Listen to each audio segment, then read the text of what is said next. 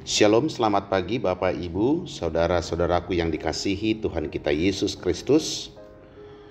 Marilah kita mempersiapkan hati kita untuk bersekutu dengan Tuhan melalui firman-Nya hari ini. Kita persiapkan hati kita. Damai sejahtera Allah yang melampaui segala akal dan pikiran, itulah yang memelihara hati dan pikiranmu di dalam Kristus Yesus Tuhan kita. Amin.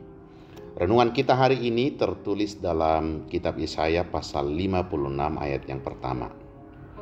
Beginilah firman Tuhan, taatilah hukum dan tegakkanlah keadilan, sebab sebentar lagi akan datang keselamatan yang daripadaku dan keadilanku akan dinyatakan.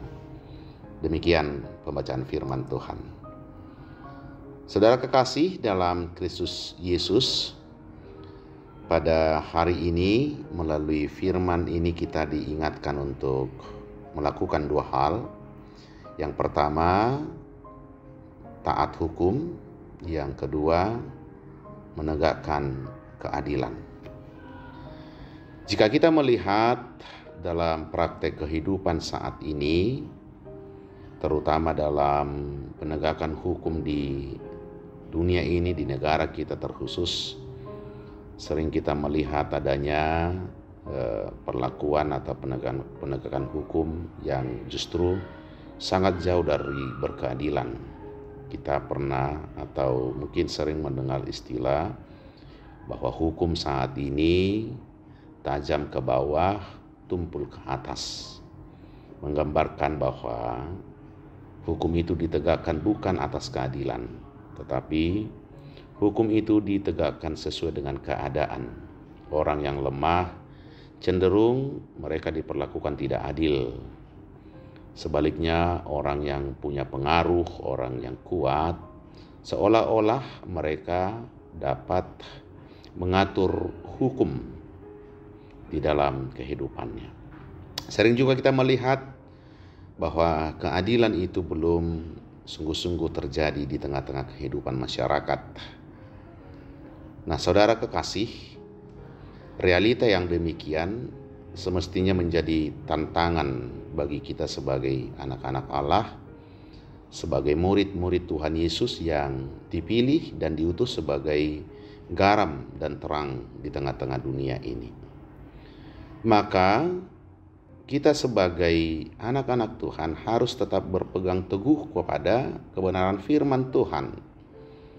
Kita harus taat hukum, kita harus menegakkan keadilan, bukan karena hal tersebut menguntungkan kita, tetapi sesungguhnya karena untuk itulah kita diutus oleh Tuhan. Di mana kita melihat perlakuan hukum yang tidak adil, kita harus hadir di sana. Kita berhadapan dengan siapapun, kita harus selalu taat hukum dan menegakkan keadilan. Memang untuk melakukan ini tidaklah semudah membalikkan telapak tangan. Untuk taat hukum dan menegakkan keadilan, tentu kita menghadapi banyak tantangan nyata dalam kehidupan kita. Tetapi untuk itulah kita harus selalu berpegang teguh, berpengharapan bahwa keselamatan yang dari Tuhan, keadilan yang dari Tuhan akan segera dinyatakan. Maka dalam hidup mentaati hukum dan menegakkan keadilan, pegangan kita adalah iman kita kepada Tuhan, pengharapan kita kepada Tuhan. Sebab sesungguhnya Dialah yang empunya hukum, Dialah yang empunya keadilan itu. Sama halnya seperti bangsa Israel saat menerima firman ini yang disampaikan oleh Nabi Yesaya, mereka sedang hidup di dalam pembuangan. Kita dapat membayangkan bagaimana sih kehidupan satu umat, satu bangsa yang sedang berada dalam pembuangan. Tentulah mereka tidak diperlakukan secara adil, hak-hak mereka mungkin tidak dipenuhi sebagaimana mestinya. Maka di tengah-tengah kehidupan sebagai bangsa yang terbuang, umat Israel harus tetap terarah kepada keadilan, kepada keselamatan yang daripada Tuhan. Demikian halnya kita saat ini, senantiasalah kita berpegang teguh kepada kebenaran firman Tuhan. Taatilah hukum, tegakkanlah keadilan, dan mohonlah kekuatan yang daripada Tuhan, supaya firman-Nya dapat kita lakukan dengan sungguh-sungguh. Apapun pergumulanmu, apapun yang menjadi persoalan hidupmu hari ini, jangan pernah melupakan keadilan dan hukum Tuhan, dan mintalah tuntunan daripada Roh Kudus supaya kita benar-benar sungguh-sungguh hidup sebagai garam dan terang dunia.